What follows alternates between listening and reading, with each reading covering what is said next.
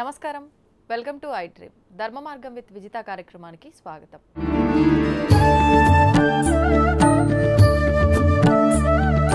ప్రస్తుతం మనతో పాటు ఉన్నారు ప్రముఖ ఆధ్యాత్మికవేత్త జ్యోతిష్య పండితులు మాడుగుల శివప్రసాద్ గారు. ఇప్పుడు గురుగారితో మాట్లాడి మరిన్ని విషయాలు తెలుసుకుందాం. నమస్కారం గురుగారు. ఆశీర్వచనం తల్లి. గురుగారు, కుంకుమార్చన చేస్తూ ఉంటాం అమ్మవారికి సంబంధించి.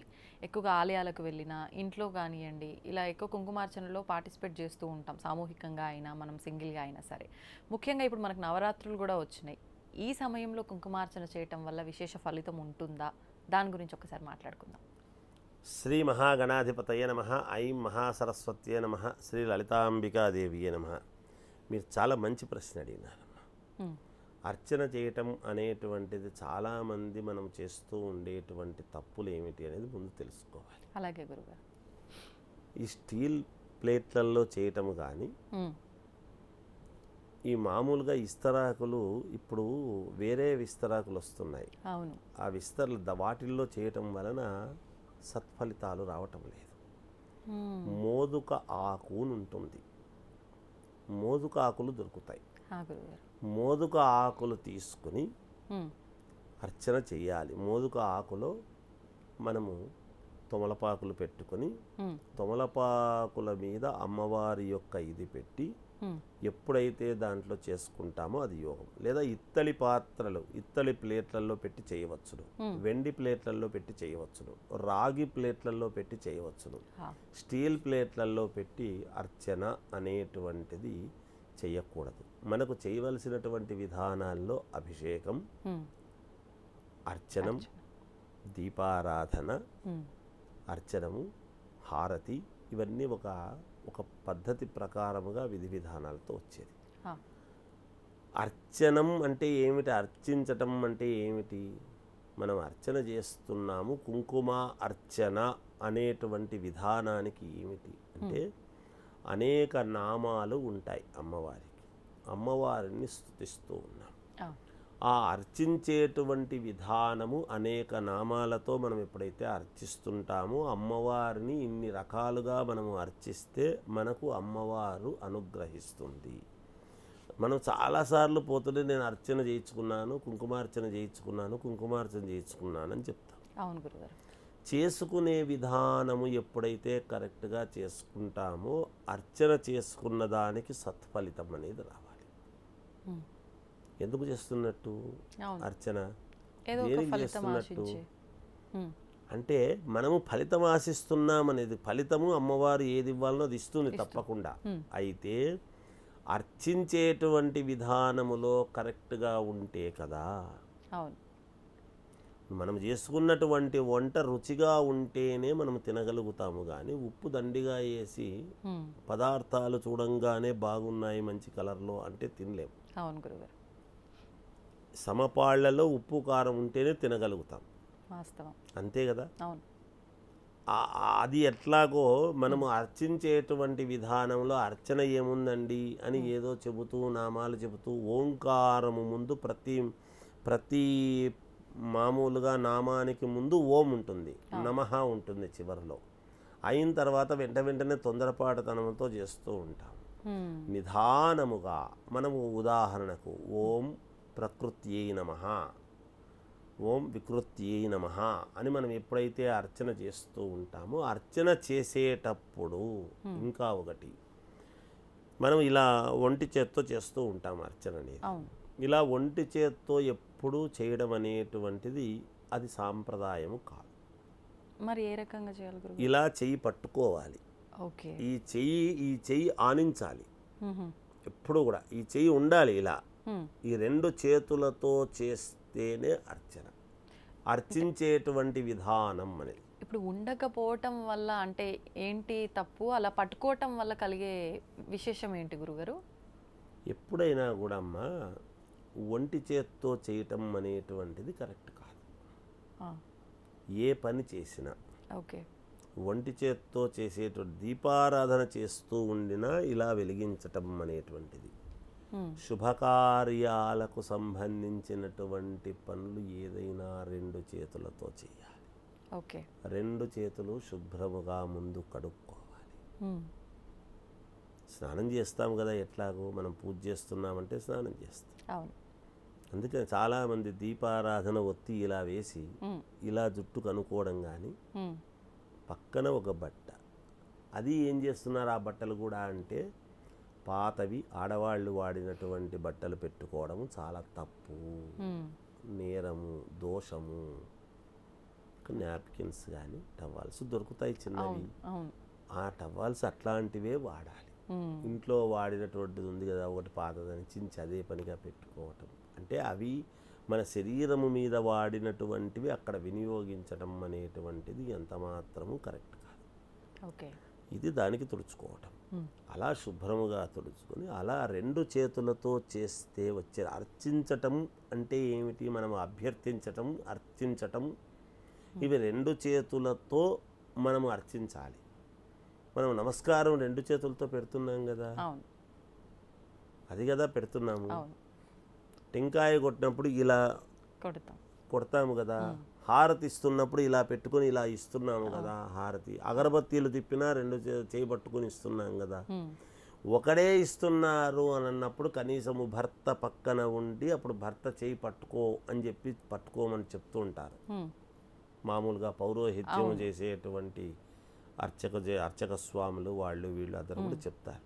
భర్త పక్కన ఉంటే లేడు, అర్చన ఆమె మాత్రమే చేసుకుంటున్నారు, ఆడవాళ్ళు మాత్రమే చేస్తున్నారు అన్నప్పుడు ఈ చెయ్యి ఖచ్చితంగా రావాలి. ఓకే. ఎప్పుడు కూడా ఇలా అంటే మనకు ఏది ఫలితమో, ఏది సత్ఫలితమో, ఏది చేస్తే ఫలితమో అదే కదా కోరుకుంటారు. అంటే పూర్ణము, ఎప్పుడైతే అమ్మవారికి ఏది చేస్తే సంపూర్ణమవుతుందో అది చేస్తే సంపూర్ణమైనప్పుడు అప్పుడు కదా మనకు ఫలితాలు వస్తాయి. చిన్న చిన్న పొరపాట్లే ఉంటాయమ్మా పూజల్లో. మేము ఎన్నో పూజలు చేసినాము గురువుగారు, మాకేం జరగడం లేదు గురువుగారు, మేము ఎన్నో పూజలు చేసినాం మాకు ఎందుకో జరగడం లేదంటారు. అంటే మనస్సు ఎక్కడో, మనం చేసే పని ఎక్కడో. కొంతమంది చాలా శ్రద్ధగా చేస్తానండి, నేను కుంకుమార్చన చాలా అంటే చాలా ఇదిగా చేసుకుంటాను, అయినా నాకు జరగలేదు అంటే ఇగో ఈ చిన్న చిన్న పొరపాటు ఎక్కడో లోపం ఉంటుంది. ఆ లోపం ఏమిటనేది మనం గ్రహించాలి. ఎప్పుడైనా మోదుక ఆకు మీద చేస్తే మోదుక ఆకు శ్రేష్టం.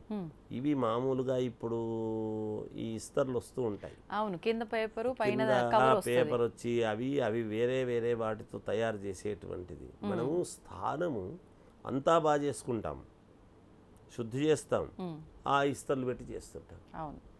దాంట్లో పూజలు ఎట్లా ఫలిస్తాయి? అవి ఫలించవు. ఆ ఇస్తర్ల వల్ల ఏమి పనికిరాదు. అందువలన అటువంటి ఇస్తర్లు కాకుండా మోదుక ఆకు శ్రేష్టము. మోదుక ఆకు మీద పెట్టుకొని చేయటం మంచిది. తమలపాకులు పెట్టుకుంటాము, తమలపాకు పెట్టుకొని దాని మీద చేయటం అనేటువంటిది శ్రేష్టమైనటువంటి విధానం. ఇది అర్చించేటువంటి పద్ధతి, అర్చన చేసేటువంటి విధానం తల్లి. ఇప్పుడు చాలామంది కుంకుమార్చన ఆలయాలకు, క్షేత్రాలకు వెళ్ళినప్పుడు అమ్మవారి ఆలయాల్లో కుంకుమార్చన చేయిస్తుంటారు కదా గురుగారు.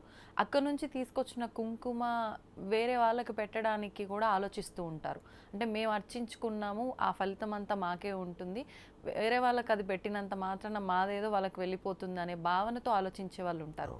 నిజంగా అలా జరుగుతుందంటారా? అలా ఉండదమ్మా. ఎందుకంటే కుంకుమ అనేటువంటిది ముత్తైదువులకు సంబంధించినటువంటి విషయం. 4 ముత్తైదువులకు అమ్మవారి కుంకుమ అని ఎంత మీరు పంచుతారో అంత పుణ్యము లభిస్తుంది. మనం అది గమనించాలి. ఇప్పుడు ప్రసాదం, మనము తిరుపతికి వెళతాం, లడ్డు తెచ్చుకుంటాం. లడ్డు ప్రసాదం నాకు ఒకడికి, నేను ఒకడినే తింటాను, అందరికీ పంచను అంటే ఎట్లా? అంటే అక్కడికి రాలేని వాళ్లకు ప్రసాదం లభ్యం కూడా అందరికీ కాదు. ఎంతో పుణ్యము చేసుకుంటే తప్ప అందరికీ మీరు ఇవ్వాలనుకున్న వాళ్ళకి ఇవ్వలేరు. ఎవరికో పట్టండి అయ్యో అని చెప్పి ఇవ్వడం జరుగుతుంది. అలా అదృష్టం అనేటువంటిది ఉండాలి ప్రసాదానికైనా, ఇలాగే కుంకుమకైనా. 4 ముత్తైదువులకు ఎప్పుడైతే మీరు పంచుతారో అక్కడ చేసుకొచ్చినటువంటి ఫలితము చూద్దాము అనేటువంటి భావనతో దైవం మానుష రూపేణ అని అమ్మవారే ఇంకొకరి రూపములో వచ్చి మనకు కనపడవచ్చు. అంటే మన బుద్ధికి నాకు కుంకుమి అడగరు, ఏ ముత్తైదువా నాకు కుంకుమి అడగకూడదు. ముత్తైదువ కనపడితే కుంకుమ పట్టుని పెట్టాలి, అడగటము కాదు. అడగకున్నా కుంకుమ అయ్యో మేము వెళ్ళొచ్చామండి అక్కడ చేసాం, మీరు కూడా ఆ పుణ్యం పుణ్యాన్ని ఎప్పుడూ కూడా నలుగురికి పంచాలమ్మా. ఎంత పంచితే అంత ఎక్కువ వస్తుంది. నాకు మాత్రమే ఉండాలి, నేను మాత్రమే చేసుకోవాలి అనేటువంటిది కాదు. అది తప్పు. అలా కాదమ్మా, అలా పంచవచ్చున లక్షణంగా. మీరు ఒక దాంట్లో పెద్ద దాంట్లోకి వేశారనుకోండి, తెచ్చుకొని ఓ పెద్ద పొట్టను తెచ్చుకొని వేసి అది చేసుకున్నటువంటి అర్చన చేసుకున్నటువంటి అది నలుగురికి పంచినారనుకోండి, అందరికీ వెళుతుంది కదా. అందరికీ వెళ్ళటంలో అది తృప్తి కదమ్మా. అమ్మవారు ఎవరెవరు ఏ ఏ ఇది రూపాల్లో వస్తుందో చెప్పలేము. అందుకని అలా అందరికీ ఇవ్వడంలో ఏమీ తప్పు లేదమ్మా, లక్షణముగా ఇవ్వవచ్చును. నేను అర్చన చేసుకొచ్చుకున్నాను, నేను ఇది ఇవ్వను చెయ్యను అని అనకూడదు. దైవ ప్రసాదం ఎప్పుడైతే మనకు దైవము ప్రసాదముగా మనకు అబ్బిందో ఆ ప్రసాదాన్ని 10 మందికి పంచినామో పరమ పుణ్యప్రదమైనటువంటి విషయం. అదే ఆమె వాళ్ళు ఏం చెప్పుకుంటారు, ఆమె అర్చన చేసి వచ్చిందంట, అక్కడ అర్చన చూడు మనం పోలేకపోయినాం మనకిచ్చింది అని అనుకుంటారు కదా. చాలా హ్యాపీ ఫీల్ అవుతారు. అనుకోవడములోనే తృప్తి. ఈ తృప్తి కొన్ని కోట్ల విలువ చేసేటువంటి పుణ్యాన్ని సంపాదించి పెడుతుంది మనకు. వివాహానికి పిలిచినప్పుడు దంపతులందరినీ భోజనాలు ఎందుకు పెడతాం? అక్కడ భోజనము అనేటువంటిది వివాహం చేసుకున్న దంపతులను చూసి అక్షతలు వేసి వెళ్ళిపోవచ్చు. ఏదో చదివింపులు చదివిస్తారు, వెళ్ళిపోతారు, ఏదో ఇస్తారు, లేదు రావడమే గొప్ప ఈ రోజుల్లో. సమయం ఇచ్చి భోజనం చేసి పోవాలి, మేమిచ్చేటువంటి మా ఆతిథ్యాన్ని స్వీకరించండి, తాంబూలాదులు స్వీకరించి మేము ఆనందింపజేయ ప్రార్థన ఎందుకంటున్నాం అంటే, భోజనము చెయ్యకపోతే వివాహ వ్యవస్థలో చేయకుండా వచ్చినామంటే ఆ దంపతులను ఆశీర్వదించినటువంటి ఫలితము పుణ్యము రాదు. భోజనం చేసే వెళ్ళాలి, మనకి ఎన్ని పనులు ఉండినా. శత్రువైనా నా ఇంటికి వస్తే నేను భోజనం పెడతాను అనేది ఎందుకంటున్నారు అంటే, భోజనం అనేటువంటిది అంత పరమ పుణ్యప్రదమైనటువంటి విషయం. అందుకని ఇలాంటివి అమ్మ కుంకుమార్చన చేసుకుని ఇస్తే పరమ పుణ్యప్రదం, చాలా గొప్ప విషయం. ఆమె దీర్ఘకాలముగా సుమంగళిత్వం అనేటువంటిది ఉంటుంది గాక, అమ్మవారి అనుగ్రహము. అది గౌరీదేవి సంతోషిస్తుంది కుంకుమ పంచడం వలన. నిత్య సుమంగళి కదా ఆమె, పార్వతీదేవి సంతోషిస్తుంది. అది తల్లి. గురుగారు, మనకు ఆల్రెడీ శరన్నవరాత్రులు ప్రారంభమైపోయినాయి. అయితే అందరూ ఈ నవరాత్రుల 9 రోజులు ఆచరించలేని వారు, ఈసారి అయితే మనకు 11 రోజులు వచ్చినట్టుంది. ఈ విధానం కంప్లీట్గా ఆచరించలేని వాళ్ళు, వీలు పడని వాళ్ళు ఆఖరి 3 రోజులైనా చేసుకోవచ్చు, అంతే విధమైన ఫలితం ఉంటుంది అంటూ ఉంటారు. ఇది ఎంతవరకు వాస్తవము? ఎలా చేసుకోవచ్చు ఆ 3 రోజులు చేయాల్సి వస్తే ఒకవేళ? శ్రీ మహాగణాధిపతయ నమః. ఐం మహాసరస్వత్యే నమః. శ్రీ లలితాంబికాదేవియే నమః. మనకు నవరాత్రులు, శారదా శరన్నవరాత్రోత్సవములు అని మనం జరుపుకుంటున్నాం తల్లి. నిజానికి పాడ్యమి నాటి నుండి కలశ స్థాపన అనేటువంటిది, కలశం అనేటువంటిది పెట్టుకుని అక్కడి నుంచి విగ్రహము ఉండినా ఇంట్లో, లేదు పటం ఉండినా ఇంట్లో చేసుకునేవాళ్ళు, దేవాలయాల్లో చేసేది ఎట్లాగో కలశ స్థాపన చేసి చేస్తారు. ఇంట్లో మనము ఆచరించాలి అని అనుకునేటువంటి వాళ్ళు మొదటి నుంచి చేస్తూ ఉంటారు. అలా చెయ్యలేని వాళ్ళు శాస్త్రం ఏమి చెప్పింది అంటే, ప్రారంభంలో చేయటానికి ఏదైనా ఇబ్బందులు కలిగినా చేసినా మళ్ళీ మామూలుగా 5 రోజుల నుంచి చేయటము, లేదా ఇలా 7 రోజులు చేయటము, ఇట్లా ఏదో ఒక విధానము అని చెప్పారు. లేదా చివరిలో 3 రోజులు చేయటము అనేటువంటిది ఏదైనా చేసుకోవచ్చును. దీనికి అంటే సౌకర్యాన్ని బట్టి ఏదైనా ఇబ్బంది కలిగినప్పుడు, నవరాత్రులు చేస్తున్నాము కదా, మనస్సుకు అమ్మవారి అనుగ్రహముతో ప్రతి వాళ్ళము అమ్మవారి అనుగ్రహం కావాలి అని అనుకుంటాం. మనకు మహాకాళి, మహాలక్ష్మి, మహాసరస్వతి స్వరూపమైనటువంటి ఈ ముగ్గురు కలిస్తేనే జగజ్జనని లలితాంబికాదేవి. ఆది పరాశక్తి. ఆది అంటే మూలము, పరా అంటే అంతటా శక్తి. ఇక్కడ ఆ అమ్మవారు మొట్టమొదట ఆమె ఉద్భవించి మిగతా అందరినీ కూడా లోక కళ్యాణార్థం ఎలా చెయ్యాలి అనేటువంటి నిర్ణయాత్మకమైనటువంటి ఇదంతా కూడా అమ్మవారిది. ఓకే. అందువలననే మనం ఏమనుకుంటామంటే ఇంట్లో కూడా ఆడవాళ్ళ నిర్ణయం ఎక్కువగా ఉంటుంది. తప్పు కాదు, ఆడవాళ్ళ పెత్తనం ఏమిటి అని మనం ఏదో మామూలుగా మాట వరుసకు అనుకుంటుంటాం. కానీ ఒక ఇంటిని నడపడానికి కావాల్సినటువంటి వ్యవస్థ అంతా కూడా ఆమెకు తెలుసు. ఏ వస్తువు ఎక్కడుంటే ఏమిటి, మా ఆయనకు భవిష్యత్తులో ఏది ఉంటే బాగుంటుంది, పిల్లల్ని ఎలా తీర్చిదిద్దాలి ప్రయోజకులుగా, పిల్లలందరినీ ఇంటిని ఎలా నడుపుకోవాలి, ఎవరైనా బంధువులు ఉన్నట్టుండి వస్తే ఎలా నిర్వహించాలి, వ్యవస్థ అంతా కూడా స్త్రీకి ప్రాధాన్యత. అందుకే ఇల్లాలు అనేటువంటి పదం, ఇల్లు ప్లస్ ఆలు, ఇల్లాలు అని. అలా స్త్రీమూర్తి యొక్క ఔన్నత్యము కాబట్టి అమ్మ మిగతా 3 రోజుల పాటు ఈ చివరి రోజులు 3 రోజులు చేసుకోవచ్చా, ఎలా చేసుకోవాలి, లక్షణముగా చేసుకోవచ్చు. ఒకవేళ తిథి ప్రకారంగా అయితే ఏ తిథులు గురుగారు ఈ 3 రోజులు కూడా? ఇంకా దీనితో మనకేమిటి, పాడ్యమి నుంచి అంటే పాడ్యమి, విద్య, తదియ, చవితి, పంచమి, షష్ఠి, సప్తమి, అష్టమి, నవమి వరకు 6 రోజులు. లేదు అంటే సప్తమి, అష్టమి, నవమి అంటే సప్తమి 7వ రోజు కదా తిథుల ప్రకారంగా అయితే, సప్తమి, అష్టమి, నవమి ఈ 3 రోజులు చేసుకోవటం, ఇంకా సప్తమి నాడు చేయటం, ఇలా మామూలుగా చేసుకోవటం అనేది జరుగుతుంది. తిథి ప్రకారముగా అయితే సప్తమి నుండి, సప్తమి, నవమి, సప్తమి, అష్టమి, నవమి. నిజానికి దశమి అనేటువంటిది దశమి పండుగ. ఇంకా పండుగ రోజు అందరూ పండుగ జరుపుకోవటమే. మహర్నవమి, నవమితోనే పూర్తి అవుతాయి నవరాత్రులు అనేటువంటివి. అందువలన 3 3 రోజులు అని కేటాయించబడింది అమ్మవారు. ఈ 9 రోజులు చేస్తే పూర్ణత్వము జగదీశ్వరికి, పూర్ణముగా ఆమెకు చెందుతాయి. ఈ 3 రోజులు 3 భాగాలుగా చేస్తూ ఉన్నప్పుడు ఏ ఒక్క అమ్మవారిని పూజించినా ఆమెలో భాగమే కాబట్టి కనుక ఇది కూడా చెల్లుతుంది. ఆ 3 రోజులైనా చివరి రోజుల్లో చేసుకోవచ్చును. సప్తమి, అష్టమి, నవమి ఈ 3 రోజులు మనము మామూలుగా అమ్మవారికి ఇంట్లో చేసుకునేటైతే, దేవాలయాల్లో ఎలాగో జరుగుతాయి, ఇంట్లో మనం ప్రత్యేకంగా చేసుకోవాలి అని అనుకున్నప్పుడు ప్రత్యేకంగా ఆ 3 రోజులు కొంచెం కలశం పెట్టుకోవటము, కలశానికి అమ్మవారిని ఆవాహన చేసేట్టుగా చేసుకోవటము. ఎప్పుడైనా కూడా ఇక్కడ ఎర్రటి వస్త్రము, ఆకుపచ్చని వస్త్రము, పసుపచ్చనిదో కలశము మీద మళ్ళీ వస్త్రము. కలశం అంటే అందరికీ తెలుసు ఎలా పెట్టుకోవాలి అనేది. అలా కలశము పెట్టుకుని కలశములోకి అమ్మవారిని ఆవాహన ప్లస్ ఒక పటం, పటం అయితే ఉండాలి అమ్మవారిది, పటము రూపేణ కూడా ఉండటము. ఆవాహన అనేటువంటిది ఎప్పుడు కూడా కలశములోకే ఆవాహన చేసుకోవాలి. ఇప్పుడు అమ్మవారి పటము అంటే ఏ అమ్మవారి పటం పెట్టొచ్చు గురుగారు? అమ్మ లలితాంబికాదేవి పెట్టవచ్చు, లక్ష్మీదేవిది పెట్టవచ్చు, సరస్వతి అమ్మవారిది పెట్టవచ్చును.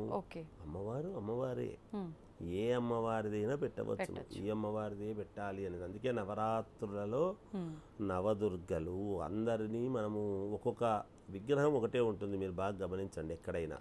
ఇప్పుడు కనకదుర్గ అమ్మవారు ఉంది బెజవాడ, కనకదుర్గ అమ్మవారిది ఈరోజు సరస్వతి అలంకారము అని వీణ అన్ని పెట్టి అలంకారం చేస్తున్నామా? మహిషాసురమర్దని అలంకారము అన్నప్పుడు ఇలా త్రిశూలము పెట్టి మనం అలంకారం చేస్తున్నామా? అమ్మవారు ఒకతే కదా.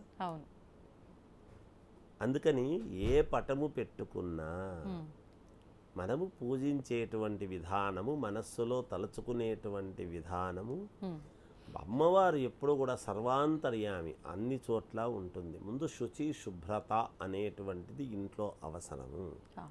అది చేసుకొని అక్కడ దేవతాస్థానంలో చేసుకొని అక్కడ కలశము పెట్టి కలశములోకి ఆవాహన చేసుకొని అమ్మవారికి మనం అష్టోత్తరము, ఏ అమ్మవారిదైనా సరే, లక్ష్మీ అమ్మవారిది కానీ, సరస్వతి అమ్మవారిది కానీ, లేదు పార్వతీదేవిది కానీ, ఇలా అమ్మవారిది అష్టోత్తరము చేసుకోవటం. ఒకవేళ అష్టోత్తరం రాదు మాకు అనుకున్న వాళ్ళు సింపుల్గా ఏదైనా మంత్రం ఉందా గురుగారు? శ్రీమాత్రే నమః, ఓం శ్రీమాత్రే నమః, ఓం ఐం శ్రీమాత్రే నమః. అసలు ఐం ఐం ఐం అనేటువంటి బీజాక్షరము అమ్మవారికి సంబంధించినటువంటిది. ఐం అనేటువంటి బీజాక్షరానికి మించినటువంటి మంత్రం ఏదీ లేదు.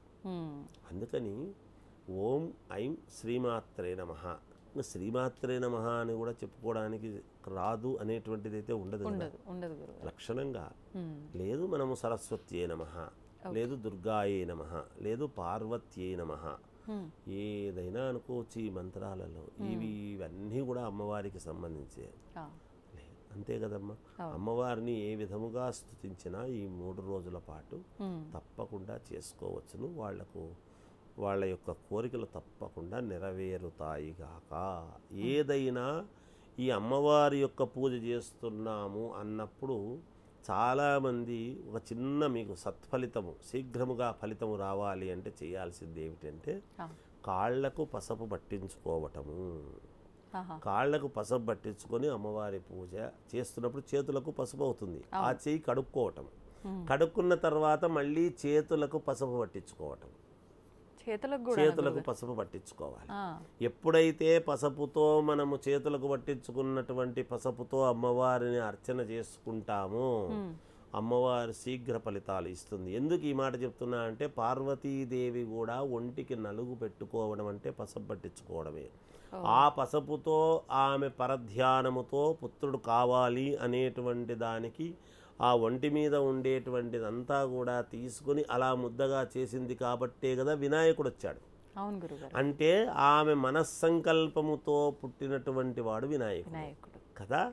మరి మన విఘ్నాలు కార్యాలన్నీ కూడా మనకు విఘ్నాలు తొలగిపోవాలి, ఎటువంటి విఘ్నాలైనా కూడా లేకుండా నిర్విఘ్నముగా సాగాలి అనేటువంటిది, మన కోరికలు నెరవేరాలి అని అనుకుంటే పసుపులో అమ్మవారు పరిపూర్ణముగా. అందుకని ఆ పసుపు ఎప్పుడైతే చేతులకు పట్టించుకొని మనం పసుపుతో చేతులు బాగా నిండుగా బాగా పట్టించుకొని ఆ పసుపు చేతితో ఎప్పుడైతే చేసుకుంటారో తప్పకుండా వాళ్ళ కోరికలు 100% తీరుతాయి. చేసుకునే విధానంలో అది మన ఊరికి చేతులు కడుక్కునేసి మన ఊరికి శుభ్రమైన చేతులతో చేస్తున్నాం కదా అనుకుంటారు. ఆ అర్చన చేస్తున్నప్పుడు కూడా ఇలా చేయటం కాదు, అర్చన చేసేటువంటి విధానం ఇలా చేయాలి. ఇలా ఈ 3 వేళ్లతోనే ఎప్పుడైతే అర్చన చేస్తామో ఇలా చేయడం కాదు, ఇలా ఎప్పుడైతే చేస్తామో అమ్మవారికి అంటే నేను అమ్మవారికి చేసుకుంటున్నాను అనేటువంటి ఇది.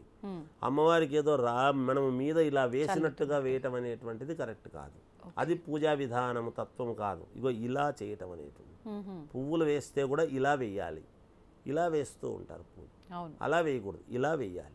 ఇలా కొద్ది కొద్దిగా ఎప్పుడైతే మనం కుంకుమ అది తీసుకొని చేస్తూ వస్తామో శీఘ్ర ఫలితాలు వస్తాయి, తప్పకుండా వచ్చి తీరుతాయి. ధన్యవాదాలు గురుగారు, చాలా చక్కగా వివరించారు. జయోస్తు.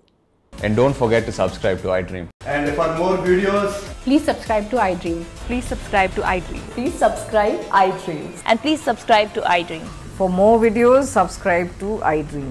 please like, share and subscribe to the channel. Congratulations, iDream. Subscribe to iDream. Subscribe to iDream. So subscribe to iDream Media. iDream ki iDream team andarki huge congratulations. Please subscribe iDream Media. Please subscribe to iDream. Subscribe iDream. Please subscribe to iDream. iDream అంటే నా కళల ఛానల్ను subscribe చేసుకున్న నోరు తిరుగుతలేదు, మీరైతే గంట గుర్తు కొట్టండి. For more such videos, please subscribe to iDream. Subscribe to iDream. Please subscribe to iDream. Please subscribe iDream Media. Please do subscribe to iDream. Please subscribe to iDream Media. For best entertainment and information, please subscribe iDream.